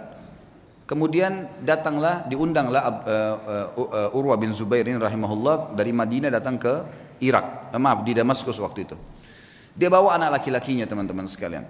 Anak laki-lakinya ini anak laki-laki yang sudah hafal Quran, umurnya sekitar 20 tahun, dibawa sama Urwah, dan ini mau dicetak jadi kadernya dia. Dan waktu itu kebetulan tidak ada anak laki-lakinya kecuali ini, 1 orang. Dia punya 4 orang anak, 3-nya perempuan. Dia banggakan anaknya, dibawalah sama dia. Ringkas cerita, begitu memasuk istanahnya Al-Walid rahimahumullah, kemudian anaknya berkata, ayah, saya ingin melihat kuda-kuda kerajaan, bisa nggak? Oh ya silahkan, kata ayahnya. Saya akan bertemu dengan Amir Mu'minin, ngobrol, kamu silahkan lihat. Dia lihatlah. Lagi ngobrol nih, Urwah bin Zubair sama Khalifah Al-Walid lagi asyik ngobrol, tiba-tiba datang berita.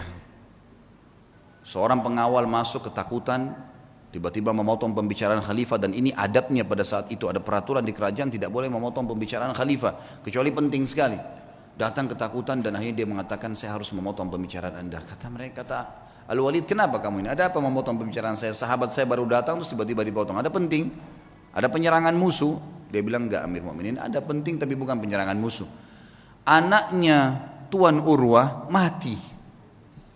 Tadi di kandang kuda, waktu dia lagi nonton kuda Anda, kuda kerajaan, saking asyiknya sampai kami sudah menahan tapi dia tetap mau mendekat. Ada satu ekor kuda mengangkat kakinya, menendang dadahnya, mati. Sekarang tergeletak mati. Kami bingung mau ngapain nih. Anaknya tadi satu orang laki-laki umur 20 tahun mati. Al-Walid kaget. Ini yang tendang kudanya dia. Mati di kerajaan dia. Tetap dia shock gitu kan. Tidak enak. Tapi subhanallah dia balik ke arah Urwah. Urwah senyum. Urwah senyum. Lalu Urwah mengatakan, Inna lillahi wa inna ilahi raji'un. Berikan jenazahnya biar saya yang urus. Dengan sangat tenang dia turun dari duduk tadi bersama khalifah, dia lihat jenazah anaknya, ditutup matanya, diuruslah jenazahnya sama dia, dimandikan. Kata perawi kisah ini, tidak ada setetes pun air mata yang jatuh dari matanya Urwah. Dia urus jenazahnya selesai. Kemudian dia bilang sama Walid, saya mau turunkan anak saya di kuburan sendiri. Baiklah, turun. Begitu turun subhanallah di kuburan. Dalam kisah ini dikatakan ada satu penyakit teman-teman. Penyakit ini saya tidak tahu dalam bahasa Indonesia, tapi dalam bahasa Arab disebutkan gargarina namanya. Gargarina ini penyakit harus amputasi, nggak bisa enggak. Kalau kena itu biasa ada di jenis-jenis tanah tertentu. Jadi orang turun tidak pakai sendal di zaman dulu itu bisa kena dan itu tidak ada obatnya zaman dulu. Harus dipotong. Dia membusuk tiba-tiba kakinya. Urwah rahimahullah begitu turun, taruh jenazah anaknya, begitu sudah keluar, pas keluar kakinya kena gargarina itu. Kena penyakit, tiba-tiba membusuk, ya kalau kita mungkin bonyok gitu ya, sudah mulai menghitam, tiba-tiba dalam sekejap. Lalu waktu Urwah mau jalan nggak bisa, dicek ada tabib, ada Walid datang situ, khalifah juga lihat ini kenapa nih, panggil tabib, kata ini kena gargarina. Apa solusinya? Harus dipotong. Dalam waktu yang sama nih, anaknya baru mati ditendang kuda, dikubur pada saat itu, dia pun kena penyakit ini, harus potong kakinya. Amir Mukminin Walid bilang, coba tanya jalan keluar ada obat? Enggak ada, ini enggak ada lain. Baiklah. Kata Urwah waktu ditanya, bagaimana Urwah? Senyum.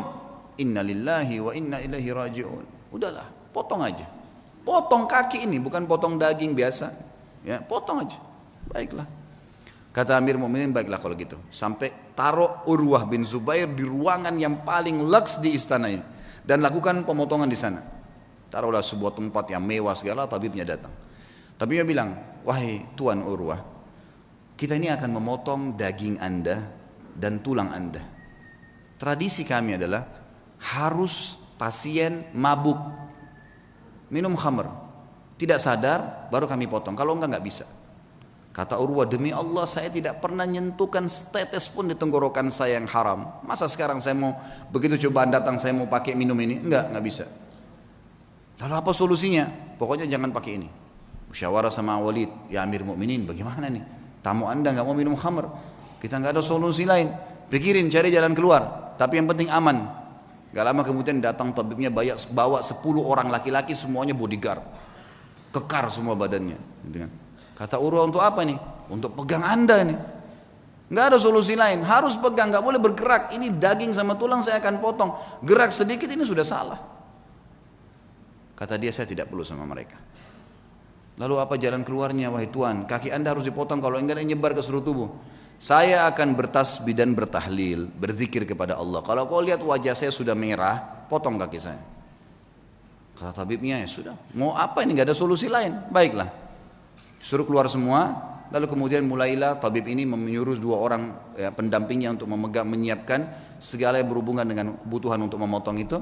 Lalu Urwah mulai tutup matanya sambil subhanallah walhamdulillah wala ilaha illallah wallahu akbar, direnungi dalam hati, diresapi, dan betul wajahnya berubah jadi merah, memerah. Kata tabib, betul saya lihat wajahnya merah, saya potong kakinya. Saya potong kakinya, terpotonglah kakinya. Begitu selesai terpotong, gitu kan? Kemudian ditahan darahnya, lalu saya mengatakan, Tuan Urwah, sambil Urwah berzikir, subhanallah walhamdulillah wala ilaha illallah wallahu akbar, tutup mata, lalu ditepuk, wahai Tuan Urwah, kaki Anda sudah kami potong. Dia bilang alhamdulillah. Biasa. Kakinya terpotong nih, alhamdulillah. Terus kata tabibnya, tapi belum, darah masih ngucur. Kami butuh memberhentikan darah itu. Kata dia, berhentikanlah.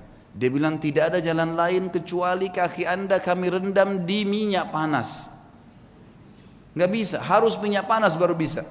Minyak panas langsung membuat itu berhenti darahnya. Dia bilang lakukanlah. Saya akan berzikir lalu lakukan. Dia baca subhanallah, alhamdulillah. Kalau wajah saya memerah, tutup. Tapi subhanallah manusia, begitu dia berzikir ditaruh minyak panas, dia sempat teriak sebentar lalu pingsan. Gitu ya. Urwah rahimahullah terkenal teman-teman sekalian tidak pernah meninggalkan rubu' Al-Quran. Rubu' ini 10 juz setiap hari. Selalu bacaannya, tidak pernah tertinggal. Dalam kisahnya dikatakan dalam 3 hari khatam Quran, selalu bacaannya. Dan tidak pernah ketinggal 10 hari. Dan satu-satunya hari yang dia tidak baca 10 juz itu hari itu saja. Dikatakan dalam kisah hidupnya. Dan maka dia punya julukan kalau nggak salah khazin Al-Quran. Sahabatnya Al-Quran gitu loh. Ringkas cerita teman-teman, setelah dipotong, pinsankan tadi, direndam dengan air panas, air minyak panas dia pingsan. Setelah dia bangun dia bilang, mana telapak kaki saya? Didatangkan, orang semua heran kenapa dia bilang minta kakinya, diambil sama dia lalu diangkat sama tinggi lalu dia bilang, demi Allah selama 40 tahun, itu umurnya Urwah 40 tahun, selama 40 tahun belum pernah sekalipun saya gunakan kau ke tempat yang haram, dan saya bersyukur kepada Allah karena kau dikembalikan padanya dalam kondisi kau suci. Tidak pernah satu kali pun ke tempat yang haram. Dia berikan kesaksian terhadap dirinya, dan ini boleh diucapkan kalau seorang mukmin yakin dengan apa yang dia lakukan. Baiklah, kemudian setelah itu dia pulang ke Madinah teman-teman sekalian. Tentu sebelum pulang ke Madinah Amir Mu'minin ini bingung gimana caranya meringankan bebannya Urwah nih, supaya dia bisa tenang. Subhanallah, di hari yang sama dengan hikmah Allah ada suku Arab datang, Badui. Mereka kelihatan dari padang pasir, kondisinya sangat susah gitu. Masuk, ada satu di antara mereka matanya buta, ditopang oleh teman-temannya. Begitu masuk kata Al-Walid, apa cerita kalian nih? Dari mana kalian? Kami dari kampung ini kami butuh ini dan seterusnya. Terus ini yang buta kenapa nih? Ceritalah. Walid ini bilang saya tidak tahu kenapa saya tanya. Kata yang buta itu, wahai Amir Mu'minin, saya pemimpin mereka. Saya kepala sukunya. Dan saya ini Amir Mu'minin adalah orang yang paling sehat dulunya. Mata saya sehat, orang yang paling kaya dan paling banyak keturunan saya. Tapi keadaannya sekarang jadi begini. Kata Amir Mu'minin, memang apa ceritanya kamu nih? Dia bilang ceritanya begini Amir Mu'minin. Satu malam saya sedang jalan sama istri sama anak saya semua sama dayang-dayang saya, jumlahnya banyak nih, ratusan orang, semua harta saya bawa, saya mau pindah kota. Kami turun di sebuah lembah, tiba-tiba waktu lagi tidur malam, ada banjir nggak tahu dari mana di padang pasir tuh lembah, mengangkat semuanya, kemah-kemah, harta, unta-unta, semua anak istri saya mati semuanya, terbawa dengan air, banjir tiba-tiba, nggak tahu dari mana. Ini kisah nyata, semuanya hilang. Ya. Dia bilang saya pun menyelamatkan diri saya dengan bergelantung di sebuah pohon yang masih ada di situ. Saya pegang. Pada saat saya lagi pegang pohon itu, saya melihat air sudah hilang, gitu, sudah mulai reda. Tinggal ada satu ekor unta yang terikat di tali tadi, dan ada anak saya tergantung dengan bantal tidurnya itu di sebuah ranting pohon, gitu. Maka saya pun turun melihat anak saya masih hidup. Saya pun coba selamatkan dia. Saya biarkan anak saya itu, kemudian saya kembali ke unta tadi ingin membuka talinya. Waktu saya ingin membuka talinya, saya dengar anak saya menangis. Saya balik, ternyata leher anak saya, kepalanya sudah di mulut serigala. Dia bilang saya balik mau kejar udah nggak bisa, anak saya sudah dibawa lari sama serigala itu. Maka saya coba mau selamatkan diri saya sendiri. Begitu saya balik ke arah unta ini mengangkat kakinya dan menendang ke mata saya sehingga saya buta. Maka dalam satu malam Amir Mu'minin saya jadi orang yang buta, jadi sakit. Anak istri saya hilang, harta saya semua habis. Kata Amir Mu'minin Al-Walid, alhamdulillah yang telah mengutus kamu datang ke sini. Berikan semua apa yang dia mau orang ini, penuhi semua kebutuhannya dan bawa dia kepada Urwah, suruh ceritakan kisahnya. Diceritakan lagi kisahnya untuk meredam. Ya ternyata di atas Urwah masih ada yang lebih berat gitu. Urwah berterima kasih pada Walid, kemudian dia pulang ke Madinah. Waktu pulang ke Madinah orang-orang semua pada datang nih. Sabarlah, beginilah, begitulah dan seterusnya. Saya sebutkan dalam bahasa Arab ya. Kemudian pada saat orang banyak mengatakan kepadanya sabarlah dan seterusnya, lalu dia mengatakan kepada tamu-tamunya, la yakhluwannakum ma tarawun. Jangan sampai kalian merasa sedih dengan apa yang kalian lihat, atau kalian mungkin menganggap ini sesuatu yang berat. Faqad wahaballahu azza wa jalli arba'a minal banin. Sesungguhnya Allah mengaruniakan saya 4 anak. Fa akhadha wahidan, dia mengambil 1, wa abqali 3 dan masih memberikan saya 3. Falahul hamd, maka saya bersyukur dengan itu. dengan matinya anak saya. Wa a'tani arba' minal atraf, dan memberikan kepada saya 4, 2 tangan 2 kaki. Fa akhadha minhu wahidan, dan dia cuma ambil 1 saja. Wa abqali 3 falahul hamd, dia meninggalkan 3, saya bersyukur dengan itu. Kakinya dipotong bisa bersyukur, luar biasa ya. Fa wallahi, demi Allah, dia bilang, dia motivasi dirinya dan juga motivasi kepada orang yang dengar. Lau akhadallahu minni qalila, kalau seandainya Allah mengambil sedikit dari saya, faqad abqali katsira, dia telah meninggalkan buat saya hal yang banyak. Fa in ibtalani marrah, kalau dia coba saya dengan 1 kali, faqad talama afani marrat, dan dia telah memaafkan saya dan menyelamatkan saya dalam banyak kejadian yang lain. Semua orang pun akhirnya berterima kasih pada Urwah, dan akhirnya mereka pergi. Dan beliau berkata kepada anak-anaknya pada saat itu untuk menjelaskan apa yang membuat dia kekar seperti itu. Ya baniya, wahai anak-anakku, yang masih hidup ada 3 orang, ada istrinya, semua keluarganya masih ada.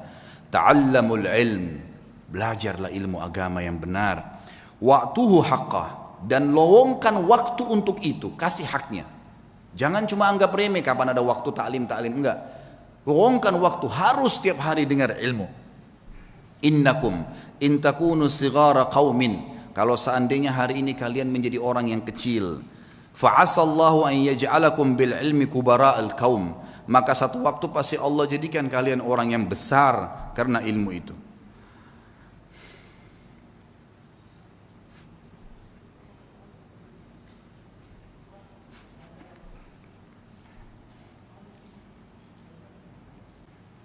Wa saw'ata hal fid dunya akbah min syaikhin jahil, dan sungguh buruk sekali, apakah ada yang lebih buruk dari orang tua yang bodoh gitu, tidak mengerti agamanya.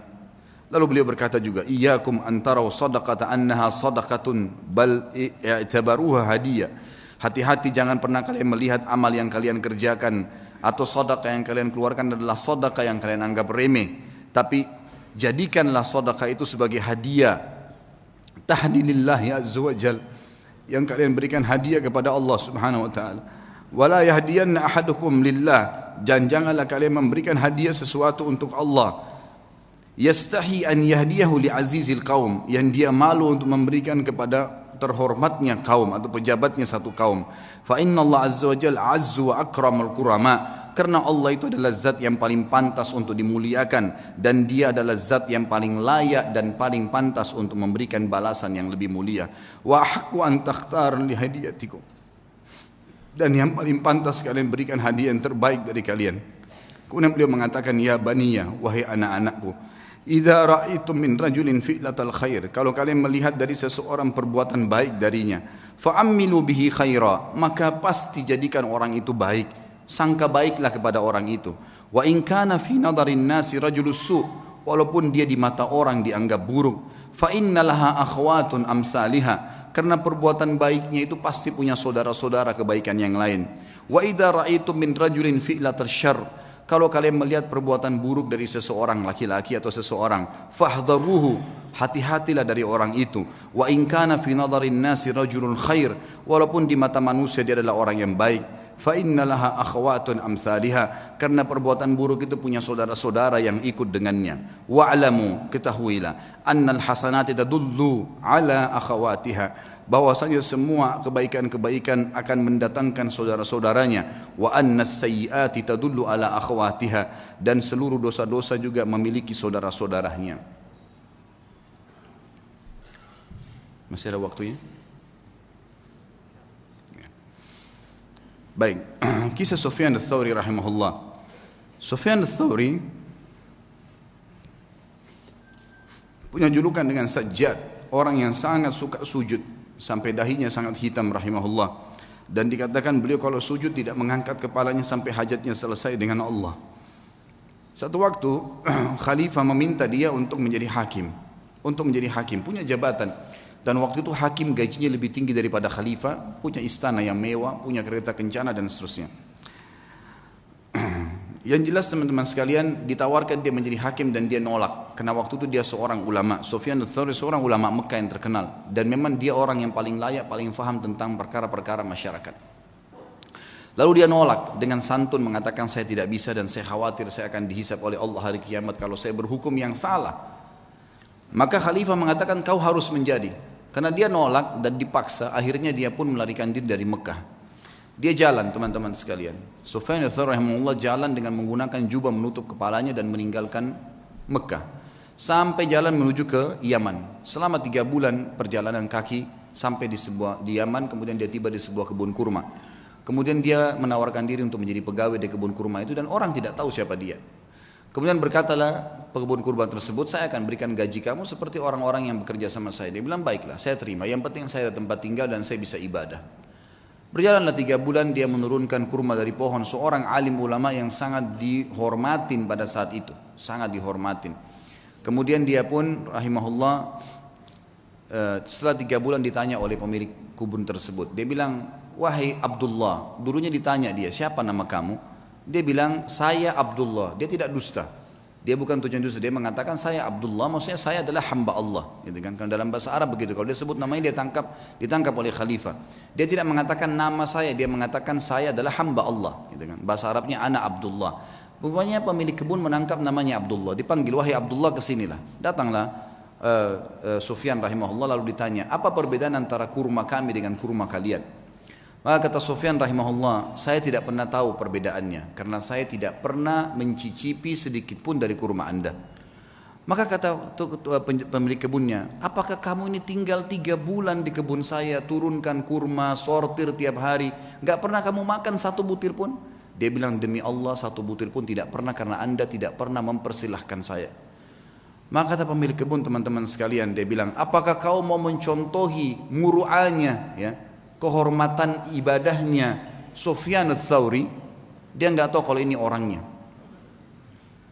Maka yang terjadi teman-teman sekalian, dia pun diam si Sufyan ats-Tsauri, lalu kemudian dia sudah tahu akan terjadi apa-apa, lalu dia membungkus barang-barangnya, dia tinggalkan kebun tersebut. Ternyata pemilik kebun ini sudah mendengar berita kalau Amir Mukminin waktu itu menyuruh menangkap Sufyan ats-Tsauri secara paksa. Siapapun yang menangkapnya akan dikasih 1 peti emas. Disebarkan berita, tangkap Sufyan ats-Tsauri, hidup atau mati. Maka pada saat itu teman-teman sekalian, tentu ini kisahnya panjang, saya ringkaskan. Kemudian si pemilik kebun datang kepada temannya di sana lalu berkata, ada pegawai kebun saya unik, kenapa saya tanya dia perbedaan antara kurma Hijaz, Mekah dan Madinah. Karena dia mengaku dari Hijaz, ya, dengan Yaman dia tidak tahu. Dia bilang dia tidak pernah incipin 1 butir pun karena saya tidak pernah persilakan selama 3 bulan jadi pegawai. Maka temannya mengatakan, sebentar, ya, bagaimana cirinya pegawai itu? Disebutkan cirinya seperti ini. Kata dia, itulah Sufyan ats-Tsauri. Kita kejar dia, tangkap, kita berikan kepada Amir Mukminin, ambil 1 peti emasnya. Waktu mereka kembali ke kebun sudah tidak ditemukan. Jadi Sufyan ats-Tsauri sudah kembali ke Mekah. 3 bulan kemudian, jadi ini sudah dari 6 bulan dari masa pengejaran, dia pun 3 bulan lagi kembali ke Mekah. Waktu dia kembali disambut oleh masyarakat Mekah, dia ulamanya, gitu kan, muftinya Mekah pada saat itu, lalu disambut, mereka pun belajar. Lalu beberapa ulama lain menasihati mengatakan, wahai Sufyan, Amir Mukminin sudah sangat marah, dia akan menghukummu. Dia bilang, saya lebih takut dengan raja yang sebenarnya, karena kalau saya salah berhukum maka akan jadi masalah. Dan dia harus bisa mengerti, saya tidak bisa memaksakan diri, gitu kan. Harusnya dia bisa memaklumi dan masih banyak orang-orang yang bisa dijadikan sebagai pengganti saya. Lalu waktu Amir Mukminin waktu itu tidak disebutkan, saya tidak dapatkan namanya. Dikatakan mendengar Sufyan ats-Tsauri ada di Mekah, lalu dikejar sama dia. Dia bilang, saya akan membunuh sendiri Sufyan ats-Tsauri dengan tangan saya. Kata temannya yang meriwayatkan kisah ini, Sufyan ats-Tsauri itu mendengar berita tersebut pun, kemudian dia sujud sholat 2 rakaat di depan Ka'bah. Kemudian dia sujud, dan demi Allah saya tawaf 7 kali, dia belum mengangkat kepalanya dari sujud di sujud yang pertama. Jadi sujud tidak pernah angkat. Saya tahu pertama dia masuk sujud pertama, yang kedua, yang ketiga, sampai 7 kali tawaf. Ini kurang lebih memakan waktu mungkin setengah jam lebih, ya. Itu kalau cepat, kalau lambat mungkin bisa lama, lebih lama. 7 kali tawaf bisa sejam kalau lagi padat-padatnya. Maka dia sujud, dia bilang, saya duduk di sebelahnya dan saya tahu tuh sujud pertama karena setelah dia masih angkat sujud yang kedua, kemudian dia berdiri rakaat kedua dan 2 sujud selanjutnya. Yang jelas teman-teman sekalian, selesai sholat saya melihat dia, kata perawi kisah ini, mendatangi Ka'bah lalu memegang kain Ka'bah sambil mengatakan, aqsamtu bika rabbi, saya bersumpah atas namamu hai Tuhanku, jangan biarkan khalifah ini untuk masuk ke Mekah. Maka yang terjadi adalah dikatakan dalam kisah ini, Amir Mukminin pun waktu khalifah itu waktu mendekati pintu gerbang Mekah, ya, sempat berkemah dan meninggal sebelum masuk ke dalam Mekah. Tapi yang jelas kisah yang kita ambil dari Sufyan ats-Tsauri adalah bagaimana beliau rahimahullah takutnya kepada Allah mengalahkan takutnya kepada pemimpin manusia. dan dia meninggalkan jabatan yang tinggi karena takut dihisab hari kiamat. Kemudian yang terakhir teman-teman sekalian adalah kisah seorang sahabat yang masyhur namanya Rub'i al-Amir rahimahullah. Ini saya tutup dengan kisah ini. Rub'i bin Amir rahimahullah adalah seorang ulama, bukan seorang ulama, salah satu pasukan perangnya Sa'ad bin Abi Waqqas yang akan masuk, yang diutus oleh Sa'ad bin Waqqas untuk mendatangi ya Rustum. Rustum ini adalah panglima perangnya Romawi, Persia, panglima perangnya Persia. Rubi' al-Amir bin Amir rahimahullah ini terkenal sekali orangnya. Waktu dipanggil oleh Umar bin Khattab untuk berjihad, maka dia pun mengambil panci masaknya yang dia letakkan di kepalanya, karena tidak punya topi untuk berperang. Panci masak dipakai jadi topi, kemudian pisau dapur dibawa untuk berperang. Dia tidak punya pedang. Dia nunggangi keledainya yang tua, ikut di pasukan. Oleh Amir Mu'minin Umar bin Khattab disuruh jalan. Subhanallah, Sa'ad bin Abi Waqqas waktu itu diutus pasukan oleh Umar bin Khattab dengan 30.000 pasukan menghadapi 240.000 pasukan Persia. Dan Persia kaget. Waktu mereka pun tahu 240.000, mereka tidak mundur sedikit pun. Maka Rustum ini ahli perang. Dia bilang, saya mau tahu dulu bagaimana sih kekuatan 30.000 itu, kok berani benar? Gitu kan? Seperti apa sih kekuatan mereka? Dikirimlah surat kepada Sa'ad bin Waqqas negosiasi. Datanglah 1-2 orang terus menerus negosiasi dan semuanya hampir sama perkataannya. Tapi yang paling pertama datang adalah Rub'i bin Amir rahimahullah radhiyallahu anhu. Sahabat Nabi yang mulia ini datang dengan keledainya. Gitu kan? Dia bawa pisau dapur dan ada tombak yang dia pinjam dari temannya. Dia datang, begitu tiba di istana, kata Rustum, buat dia tidak masuk ke istana kecuali sudah hormat dengan saya, dan hiasi semua istana ini dengan emas. Semuanya, pintu gerbangnya hiasi dengan emas, semuanya taruh harta-harta gelimpangin gitu. Buat mereka mau tahu gila harta enggak ini? Semuanya, bantal-bantal semua singgasana hiasi dengan emas, semuanya taruh emas, geletakin emas di sana sini. Dibuat semewah mungkin.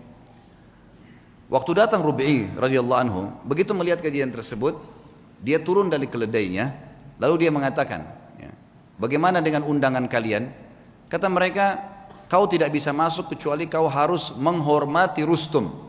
Mengatakan, wahai Rustum yang terhormat, saya pamit mau masuk. Kata Rubi'i, saya tamu dan saya yang harus dipamiti untuk masuk, bukan saya yang pamit. Lalu Rubi'i melihat di situ ada tikar permadani, di atasnya banyak emas. Sama beliau disengkirin emasnya, permadana itu diambil, dipotong pakai pisaunya dia, dibelah dua. Diambil, ditaruh di keledainya, dianggap sebagai ghanimah, harta rampasan perang, ditaruh sama dia. Kemudian dia mengatakan, ini pembukaan harta rampasan perang kami kalau kau tidak buka pintu gerbang. Sendirian. Dan Rubi' ini perlu anda tahu, orangnya pendek, kecil, bukan orang yang tinggi kekar. Orang-orang Persia waktu itu tinggi besar, kekar-kekar semuanya. Diberitakan ke dalam. Kata Rustum, baiklah, tutup pintu gerbang, buka sedikit saja, supaya dia masuk tunduk kepada saya. Diperintahkan masuk, pintu gerbang dibuka sedikit. Memang tidak bisa orang masuk, harus tunduk. Maka Rubi'i lihat, subhanallah, Allah memberikan orang beriman itu hatinya bisa melihat, ya. Dia bisa membaca, namanya firasatul mu'min. Maka dia lihat, ini pasti ada tipu daya nih. Yang dia lakukan, dia balikkan pantatnya dia balikkan keledainya, lalu dimasukkan dari balik belakang, ya. Sehingga yang tadinya dia harus tunduk, ini dibalik, jadi bokong yang di belakang. Dilaporkan ke Rustum, ini yang dilakukan sama orang ini. Malah sekarang dihinain. Lalu dia naik keledainya, dia jalan. Subhanallah, tuh dia jalan, dia tidak turun dari keledai. Keledainya dimasukkan di istana Rustum dengan karpet-karpet yang mewah. Pisau dapurnya dipakai, bolong-bolongin bantal tuh semua. Bantal-bantal yang mewah. Semua ini karpetnya ditusuk-tusuk dengan tombaknya sama dia. Sampai tiba depan Rustum. Panci di atas kepalanya, pisau di tangannya, tombak di tangan, pisau tangan kanan, ini tangan kiri, tombaknya. Kata Rustum, dipanggil penerjemah, tanya kepada mereka nih, mau apa sebenarnya datang ke sini?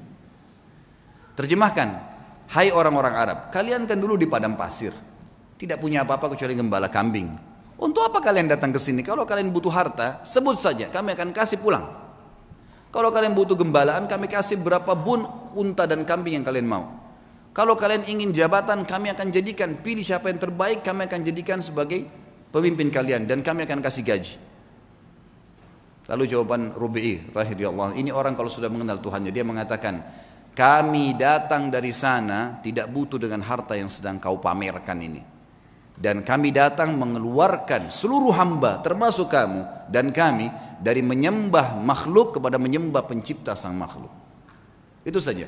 Kalau kau patuh, maka kau dengan kerajaanmu, kami akan pulang. Hukum Allah, berhenti menyembah, karena waktu itu raja mereka Kisra dianggap Tuhan. Berhenti menginjak Kisra. Kisra pun tetap dengan kerajaannya, kau tetap sebagai panglima perangnya, semua kau milikin, tidak ada yang hilang di sini. Cuma itu saja. Kemudian kami pulang. Lalu kata si Rustum, baiklah kalau gitu, izinkan kami berpikir, mungkin butuh waktu. Kata Rub'i, berapa lama kalian butuh? Sehari, 2 hari? Kata Rustum, tidak. Mungkin kami butuh 2 bulan, 3 bulan berpikir, musyawarah dulu. Kata Rub'i, saya hanya kasih kalian waktu maksimal 3 hari. Karena pemimpin kami Nabi SAW mengizinkan musuh berpikir 3 hari maksimal. Tidak boleh lebih daripada itu. Kata Rustum, terjemahkan ke orang ini. Ini siapa? Pemimpin mereka. Kata Rub'i, terjemahkan, kau pemimpinnya? Dia bilang bukan. Saya pasukan yang paling di belakang. Gitu. Saya ini pasukan yang paling biasa, prajurit yang paling biasa. Kata Rustum, terjemahkan lagi. Kenapa kok kau bisa ambil keputusan begitu? Dia bilang, dijawab sama dia, karena agama kami mengajarkan dari pemimpin muslim sampai masyarakat biasanya keputusannya satu. Kalau saya sudah berikan amanah, keamanan, semua harus patuh terhadap pemimpin saya. Muslim semua begitu. Kami satu jasad. Kata Rustum, baiklah, izinkan pulang orang ini. Begitu diizinkan pulang, kata Rustum, tulis surat kepada Kisra. Ini yang sedang kita hadapin nih, semuanya 30.000 manusia yang kayak gini nih. Ini untuk dihadapin susah nih. Gak bisa, keras, tegas, dan memang maunya, gak bisa. Harus begitu. Tidak ada jalan lain, urusan tangan Anda. Berperang atau kita mengalah saja, ini gak bisa. Karena Kisra gak berhadapan sama pasukan muslimin, dianggap kuat, udahlah pasukan, perang aja, lawan gitu kan. Ini kasihan terjadi peperangan tentunya, tapi yang kita ambil pelajaran bagaimana Rubi'i radhiyallahu anhu teman-teman. Orang kalau mengenal Allah, harta jadi kecil buat dia. Ya. Semua apapun yang Allah haramkan ditinggalkan, seindah apapun itu. Berapa banyak kisah tadi yang kita sebutkan, anak muda yang meninggalkan perzinahan dengan menaruh kotoran di bajunya, berapa banyak orang-orang soleh yang sudah kita sebutkan kisahnya. Yang jelas yang kita simpulkan teman-teman sekalian, berhubungan dengan Rabbul Alamin, sering komunikasi dengan dia sebagaimana dia sudah ajarkan kepada kita semua. Mau keluar rumah ada doanya, mau masuk rumah ada doanya, mau makan ada doanya, habis makan ada doanya. Doa itu apa? Komunikasi dengan Allah. Keluar rumah, bismillahi tawakkaltu Allah, dengan nama Allah saya bertawakal, menyerahkan diri kepadanya. Kata Nabi SAW, kata Allah SWT, wa may tawakkal Allah fahuwa hasbuh. Yang bertawakal pada Allah, Allah jadi pencukup baginya. Seorang syekh pernah menangkap di Riyadh seorang penyihir besar. Penyihir terbesar ini datang dari Afrika, ditangkap.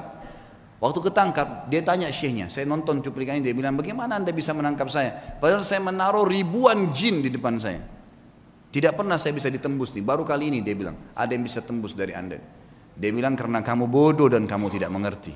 Kalau saya keluar dari rumah saya tadi, saya membaca apa yang diajarkan oleh Rasulullah SAW, Bismillahi tawakkaltu ala Allah.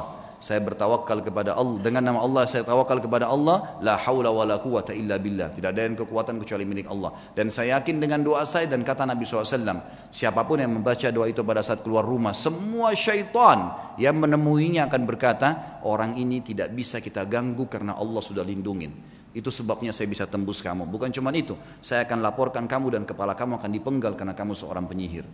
Ditangkaplah penyihir tersebut teman-teman sekalian. Hubungan dengan zat sang pencipta yang maha kaya, menciptakan semuanya, itu adalah hubungan yang paling baik. Maka jalinlah hubungan yang baik dengan Allah, maka Allah akan baikkan semua. Sebagai penutup kata-kata saya, kata Nabi SAW, siapapun yang berbuat perbuatan yang Allah ridha, Allah cintai perbuatan tersebut, Allah akan buat semua makhluk mencintainya. Dan kalau seseorang berbuat perbuatan yang buruk yang Allah benci, maka Allah akan buat semua makhluk akan membencinya. Kata kuncinya kembali kepada Allah Subhanahu wa taala. Allahu a'lam. Mudah-mudahan bermanfaat dan semoga Allah menjaga kita menjadi hamba-hambanya yang saleh, hamba-hambanya mengisi sisa umur ini dengan ketaatan dan kepatuhan kepadanya, dan semoga Allah selalu mengikhlaskan niat kita, menambah ilmu kita, dan juga menyatukan kita semua di surga firdausnya tanpa hisab dengan izinnya. Kita berdoa kepada Allah SWT semoga seluruh muslimin yang sedang sakit disembuhkan penyakitnya, semua yang utang dilunasi utangnya, yang belum dapat hidayah dimudahkan mendapatkan hidayah, yang sudah dapat hidayah dimudahkan untuk mengamalkan, seluruh muslimin yang pernah berbuat dosa dimaafkan oleh Allah diganti dengan pahala, juga seluruh orang tua kaum muslimin dan muslimin muslimat yang masih dan juga sudah yang meninggal. Kita berdoa dengan kemahakuasaan Allah dan kemahaperkasaannya agar menolong saudara kita di Palestina, di Syria, di Yaman, di Irak, di Myanmar, dimanapun mereka berada. Semoga Allah kokohkan telapak kaki mereka, ikhlaskan niat mereka, terima para syuhada mereka, dan juga Allah muliakan Islam di tangan mereka dan tangan kita semua, dan semoga Allah memberikan kepada kita mempartisipasikan kita bersama mereka di pahala, baik dengan doa dan hatta juga dengan jiwa kita. Dan sebagai penutup, semoga Allah dengan kemahamurahannya sekali lagi menyatukan kita di surga firdausnya tanpa hisab, sebagaimana ia satukan kita di majlis ilmu yang mulia ini. Kalau ada benar dari Allah, tentunya kalau ada salah dari saya mohon dimaafkan. Subhanakallahumma wa bihamdika asyhadu an la ilaha illallah astaghfirullah wa atubu ilaih. Assalamualaikum warahmatullahi wabarakatuh.